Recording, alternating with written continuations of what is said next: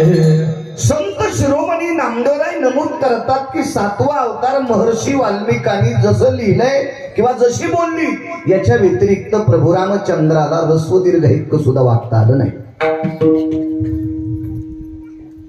पण सासूनं सांगितल्याच्या नंतर सुनेनं काम केलंय याला नवल म्हणत नसतात. सासूनं सांगितल्यावर सुनेनं काम केलंय याला नवल म्हणत नसतात. सासूला आनंद वाटावा आणि कौतुक वाटावा असं मनानं जर सुनानं काम केलं तर त्याचं नवल असतंय. सांगितल्यावर तर कोणत्या सुना करतात सांगता मी. मनानं आलं पाहिजे, मनानं सांगूनही सगळ्या सुनायला येत नाही. जिला गवऱ्या लावता येत नाही तिला धिरडे कसे येतील, जिला पिठल्यातले गोळे फुटणं तिला बासुंदी कशी करता येईल, ती दुधाचा नाश करील का नाही. मग 7वा अवतारात हा सुनेच्या दर्जाचा आहे. सासू महर्षी वाल्मिकी, वाल्मिकांनी जे जे केलेलंय त्या प्रमाणे प्रभू रामचंद्र वागत गेले, याच्याकरता नवल नाही. आणि 8व्या अवतारात कोणाचं जुमानलं नाही, श्रुतीचं जुमानलं नाही, शास्त्राचं जुमानलं नाही, पुराणाचं जुमानलं नाही, ऋषी मुलींचंही कधी कधी जुमानलं नाही. स्वतःच्या मनाला वाटणं असा 8व्या अवतारात जगाचा बाप वागला. याच्याकरता त्या अवतारात जी जी कामं केली ती नवलाची प्रतिपादित ठरली. विठाला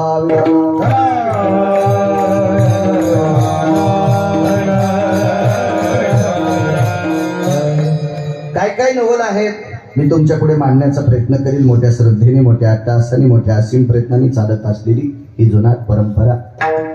अखंड हरिनाम सप्ताह, ज्ञानदान, अन्नदान सोहळा, मौजे कुंभेफळ, एका फार मोठ्या वसाहतीच्या बाजूला बसलेलं शहर छत्रपती संभाजीनगर, अशा परम पावन नगरीच्या बाजूला बसलेलं शहर. माझ्या अल्पशा मतीनं म्हणावं लागेल ही छत्रपती संभाजीनगरच्या पोटाशी बसलेलं शहर म्हणजे छोटीशी दुबई आहे. विठाला विठाला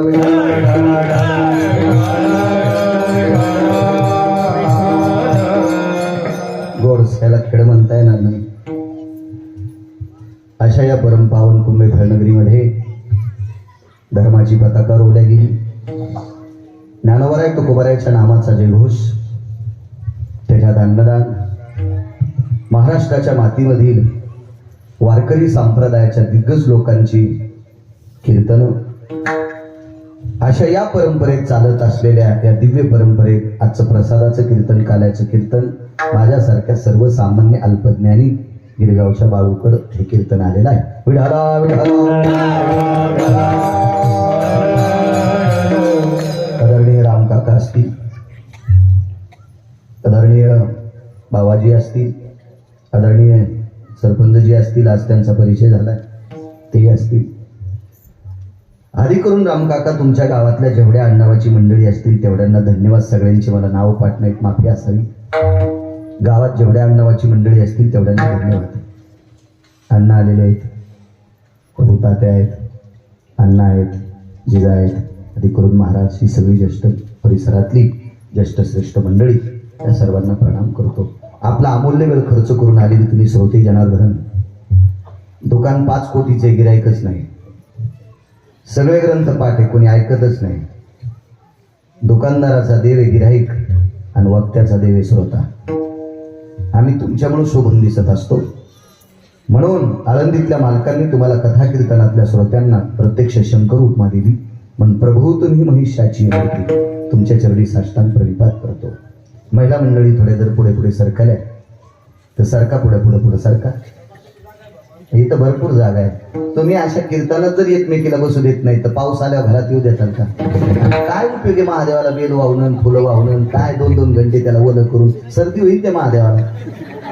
हा, त्याला सर्दी झाली तर मग आपल्याला सुधरण का? त्याच्यामुळे सरकत पुढं पुढं त्या कोपऱ्यात सारखा इथं काही इचून निघते का? बॉम्ब पडतो तिथं का? हेही कीर्तन करणं सांगायचं तुम्हाला. सारखा अशा पुढं पुढं सारखं हे कोणी तिच्या जवळ बसलं. आता काय वा नाहीत कोण तिलाच. जुन्या काळात वा होत्या ना, आता काय वा नाहीत ना का? हो, आता ह्याच वा झाल्यात त्याच्यामुळे यायला वा होतच नाहीत ना. विठाला विठाला.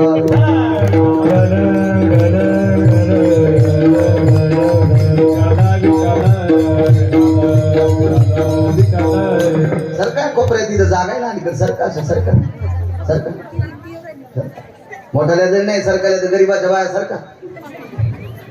सारखं सारखं गरीबाच्या बाहेर सारखं सारखं काय होत नसतं. कीर्तनात सरकलं पाहिजे, देव वाद होऊ देत नाही. इथं जी सरकत नाही का तिला खाली बसता येत नाही. विडाला विडाला विडाला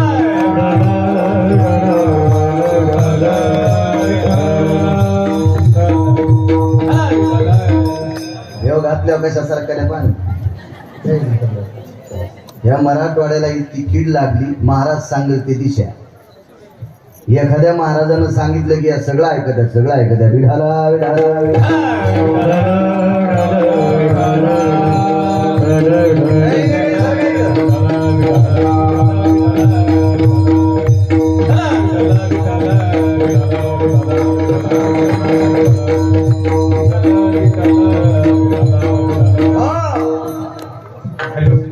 मोठ्या श्रद्धेने चालत असत. हे पोरांना इथे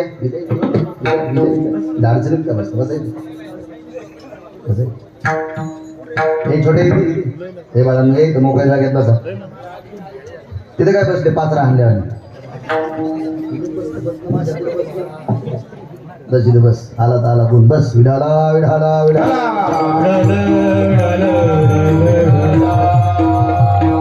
मोठ्या श्रद्धेने चालत असलेला हा परम पावन नामयज्ञ. आजच्या या यज्ञामध्ये उपस्थित मृदंगाचार्य गणेश महाराज, आदरणीय हरिभक्तीपरायण अर्जुन महाराज, गायन क्षेत्रातली या परिसरातली बुलंद तोप दादा महाराज, तसेच आदरणीय पोपट महाराज, या परिसरातली गायन क्षेत्रातली बुलंद तोप भगवान महाराज, आदरणीय गणेश महाराज, ते तर सोबतचे दीपक महाराज असतील, आधी करून गव्हाणे महाराज असतील, केदार महाराज लहाने असतील, संतोष महाराज असतील आणि विनेकरी बाबा दोन्ही चौकदार असतील. साऊंड सिस्टीम वाल्यांना सुद्धा कोटी कोटी धन्यवाद. विढाला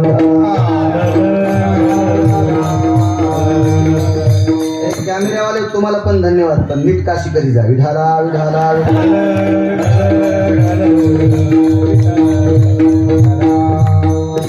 यायला एकटा मीच तर लावू देतो काका. लावू देण्यात बाकीचे महाराज काऊन लावू देण्यात काय. आपल्या हौदात पाणी येतो त्याच्या दिवशी हौदरिकामध्ये झिमिकला बाळ्या तूर कापायला. विडाला विडाला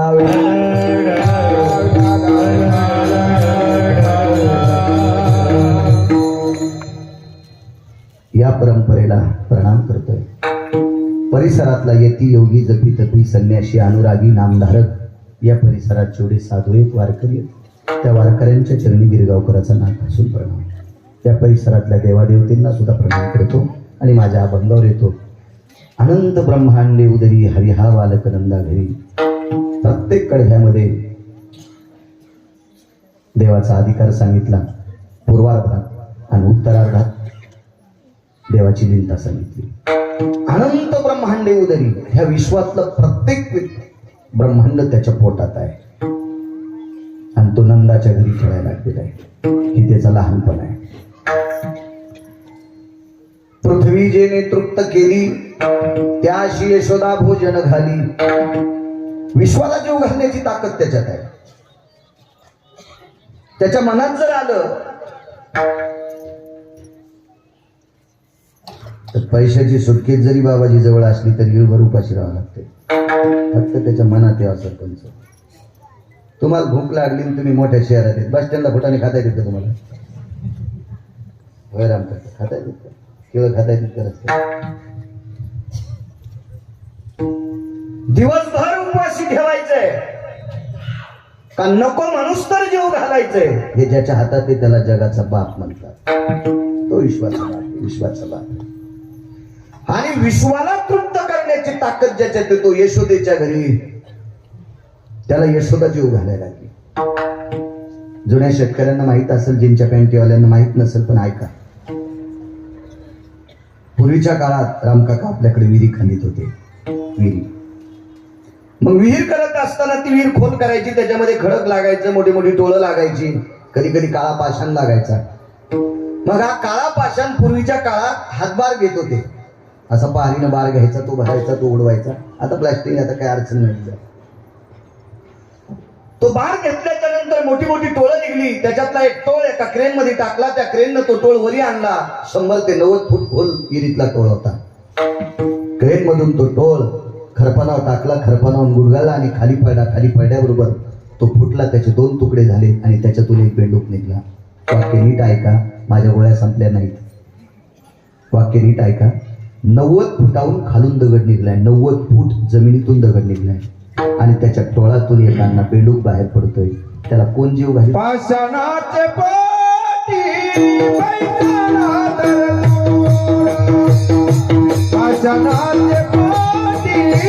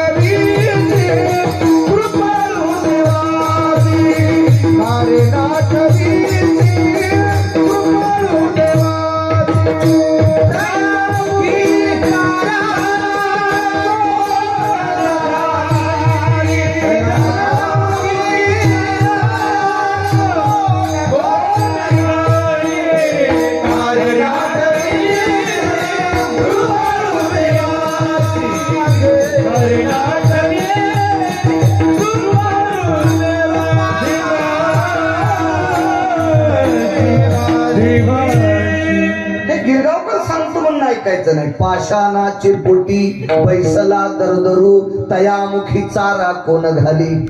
90 फूट जमिनी कोण चारा घालतय? तो मालक आहे, तो मालक आहे सगळं. मग इतक्या खालच्या बेंडकाला चारा घालायची ताकद ज्याच्या ताब्यात आहे, त्याशी यशोदा भोजन घाली. हे नवल आहे, नवल आहे. विश्वव्यापक कमळापती त्याशी गवळणी कडे घेते. हा मंडप आहे, कापडी मंडप आहे. त्याला उभं करण्यासाठी हे लोखंडी पाईप लावलेत. आता मंडपावाल्याला विचारलं तुझा मंडप कशावर उभा आहे, तर ते म्हणे पाईपवर आहे. खरंच आहे, खोटं नाही, ते पाईपवर उभा आहे. मग पाईप कशावर टेकलेले आहेत, तर ते म्हणे जमिनीवर आहे. याच्यात तर काही दुमत नाहीच ना, याच्यात काही दुमत नाही. पण ही जमीन कोणाच्या डोक्यावर आहे? त्याच्या भावाच्या, त्याच्याच भावाच्या डोक्यावर विशेषाच्या. आणि त्याच्या मनात आलं ना, अशी जरा मान हलेली तर माळीनगाव सारखं होते. त्याच्या मनात आलं जरा शाळ्या पिळ्या दिल्या तर किल्लारी गाव सारखं होते. त्याच्या मनात आहे ना, त्याच्या मनात जर आलं तर विदेशात मला वाटतं एसटीच गेली, जमिनीला भगल पडली आणि त्याच्यात एसटी गेली. मग हे विश्व सांभाळायची ताकद ज्याच्यात आहे त्याला गोपीकडेवर घ्यायला, हे त्याच्या जीवनातलं नवल आहे. शेवटच्या कडव्यात तो का म्हणे नटधारी भोग भोगोनी ब्रह्मचारी. आपल्याकडे जरी एक बायको केली ना, एकच करत जा, एक जर बायको केली तर त्याला संन्याशी म्हणता येत नाही. आणि जरी संन्याशी झाला तर त्याला बाल ब्रह्मचारी म्हणता येत नाही. नुसता संन्याशी म्हणता येईल, नुसता संन्याशी. बाल ब्रह्मचारी म्हणता येत नाही. बाल ब्रह्मचारी होण्यासाठी जीवनभर त्यासाठी कितीतरी पुरावे सापडतील. स्त्रीचा संग नसला पाहिजे. हा बाल ब्रह्मचारी जीवनात एकदा जरी अक्षता पडल्या आणि पत्नीला सोडून दिलं तरी तो संन्याशाच्या प्युअर अशा निखळ संन्याशाच्या यादीत येऊ शकत नाही. तो नुसता संन्याशी बाल ब्रह्मचारी होऊ शकत नाही. मग मला सांगा, विटेवरच्या मालकानं 16,108 लग्न केली. 108 पैकी स्त्री कमी पडल्यामुळे एक आसोलीन केली, तिचं नाव जामवंती. पण हा ब्रह्मचार्याच्या यादीत कसं काय? किती मोठं कोड असेल, किती मोठं नवल आहे. आपण एक लग्न केल्याच्या नंतर जर संन्यास घेतला तर कालांतराने आपण बालब्रह्मचार्याच्या यादीत येऊ शकत नाही. हा त्याच्याही पलीकडच्या यादीत येतो. त्याचे नियम आहेत. विजय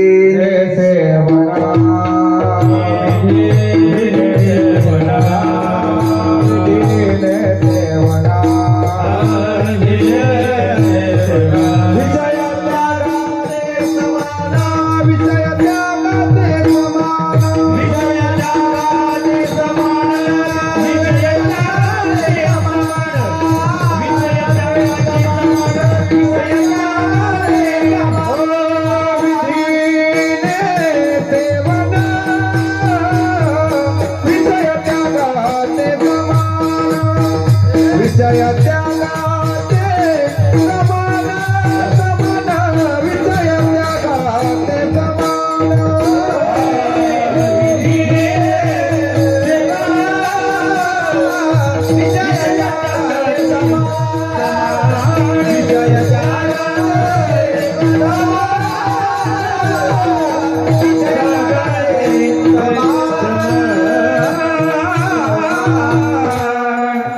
कुठल्या चौकटीत वागणं गरजेचं आहे.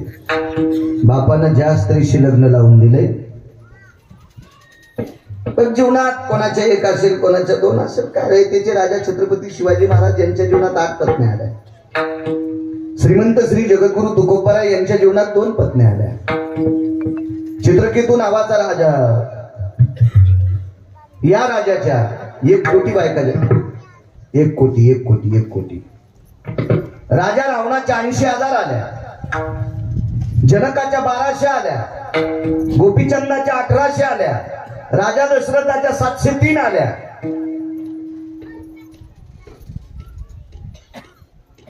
पण जिच्याशी पाणी ग्रहण केले ती स्त्री सोडून जर दिली तर आपल्यापेक्षा वयस्कर स्त्रीला माय म्हणावं, कमी वयाच्या स्त्रीला बहीण म्हणावा.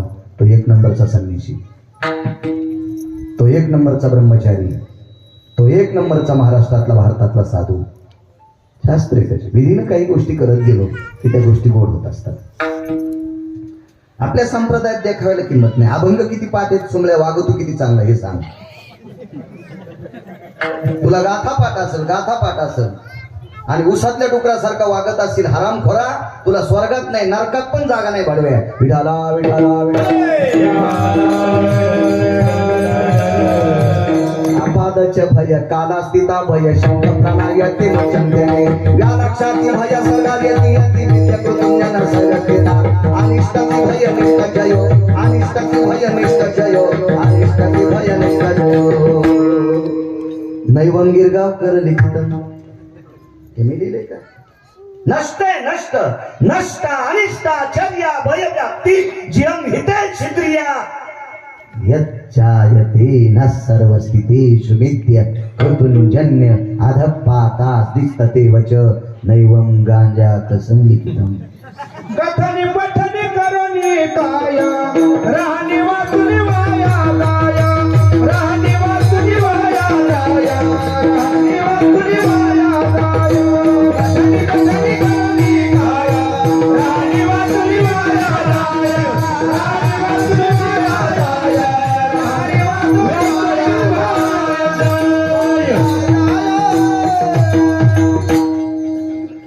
कथन केले पठन केले पण राहत नीट नाही. परवाला एक जण भेटलं रामकृष्ण, श्राद्धाचं कीर्तन होतं, मी का अभंग म्हणलं, हेनच म्हणलं बापू. तुका म्हणे पितृ आशीर्वाद देती कल्याण विच्छिती तया कुळा. बाबाजी हा अभंग आपल्या प्रतीतला नसेल तरी नागपूर प्रतीतल्या गाथ्यात आहे. आणि या अभंग आदरानं वैकुंठवासी धर्मभास्कर वक्ते बाबा घ्यायचे. एक जण फोन करून म्हणलं, महाराज त्या अभंग शपक आहे. म्हणलं तू मलंग भाईवानी कपडे घालतून आमच्या नाकात काड्या घालतोय सुंबळ्या. हा आमची इथं तेल विकायला मलंग भाई येत होतं 4 ठणून. मलंग भाई मुसलमानाचं विचार आणि त्याच्यासारखे कपडे घालीतून तू आमचे माप काढी तू सुंबळ्या. लायकी आहे का तुला? पाण्य तू सकाळी तू विठाला विठाला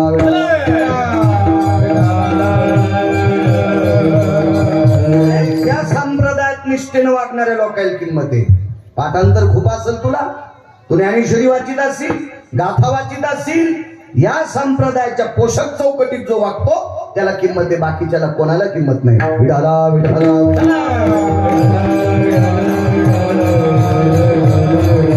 म्हणून जगाचा मालक हा धारवाड काट्यासारखा वागलाय. धारवाड काटा माहित असा, आता इलेक्ट्रिक काटे निघले. पूर्वीच्या काळात सरपंच धारवाड काटा होता. धारवाड काट्याला 2 पारडे असायचे. एका पारड्यात एक वहीचं पान टाकायचं आणि दुसऱ्या पानावर फक्त पेन्सिलची रेघ ओढायची तरी काटा खाली दबवतो. आका टाकाचाही घाव न साहती, अगा टाकाचाही घाव न साहती, आईशिया काट्या निवृत्ती तुल्य पाहती तुल्य पाहती तुल्य पाहती. टाक म्हणजे पेन. गोरूचा टाक होता ना पहिला, टाकच होती ना गोरूची, तुमच्या फार लहानपणची गोष्ट. त्याचा नुसता टिपका सण काट्याला सहन होत नाही की लगेच तो काटा खाली दबतोय. अशा चौकटीत वागणारा जगाचा बाप होता. म्हणून ब्रह्मचार्याच्या यादीत, म्हणून नवल साधा सोपा सरळ अभंगाचा अर्थ झालं कीर्तन विठाला विठाला. आशीर्वाद नेत्रा बाळू बोलत राहील. नवल सांगतो तुम्हाला. 7व्या अवतारात प्रभू रामचंद्राचे भाऊ लक्ष्मण हे शेषाचा अवतार आणि प्रभू रामचंद्र हे पंढरपुरातल्या मालकाचा अवतार, प्रत्यक्ष विष्णू परमात्मा. ही प्रत्यक्ष म्हणजे विष्णूच आणि लखन शेष. पण लक्ष्मणजीने इंद्रजित मारला. 2 नवल आहे का, 2 इंद्रजित मारला. इंद्रजित मारल्याच्या नंतर त्याच्या शरीराचे तुकडे 3 झाले. डोकं प्रभू रामचंद्राच्या पक्षात आलं. हे शरीर युद्धभूमीच्या ठिकाणी पडलं आणि भुजा स्वतःच्या दारात पडला. बाबा हात स्वतःच्या दारात पडला.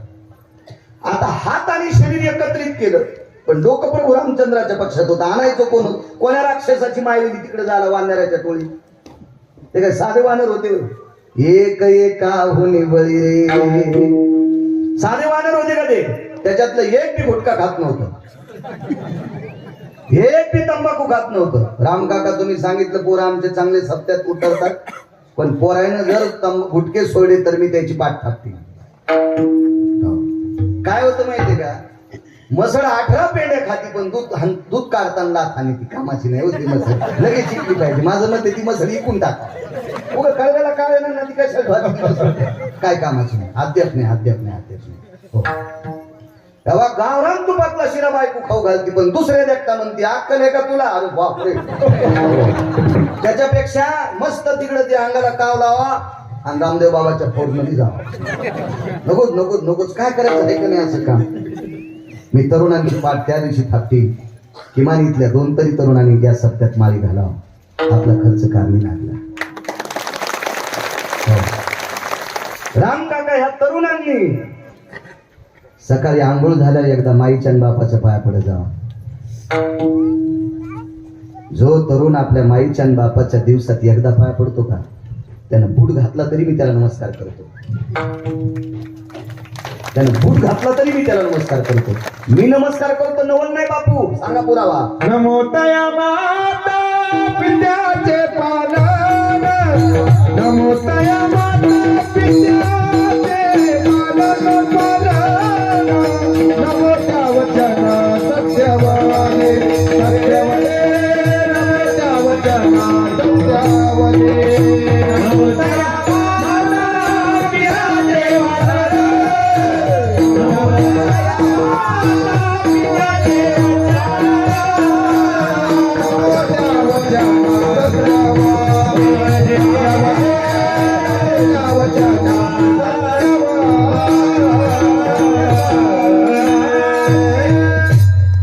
तुम्हाला महाराजांच्या पाया पडायला बंधन लागणार नाही. जो दिवसात एकदा मायबापाच्या पाया पडतो त्याला भारतातल्या कोण्याच महाराजाच्या पाया पडायची गरज नाही. लिहून घ्या, वाचून सांगतोय गिरगावकर, बापाला नाही त्या एकाही महाराजाच्या पाया पडायची गरज नाही. सगळं पुण्य मायबापाच्या पायावर आहे. मोठ्या श्रद्धेने धर्माचं काम करतात. तोंड भरून काकांनी सांगितलं आमची पोरं फार सात्विक आहेत, सत्याच्या बाबतीत फार अग्रेसर आहेत. त्याबद्दल तुम्हाला धन्यवाद, त्याबद्दल तुम्हाला प्रणाम. पण संसारातल्या चौकटी सुद्धा पाळी जा, ही तुम्हाला कळकळीची विनंती. तुम्हाला सुद्धा सांगतो माझ्या माईने सगळ्यात आधी सेवा करायची पप्याच्या बापाची, म्हणजे कपाळाच्या मालकाची.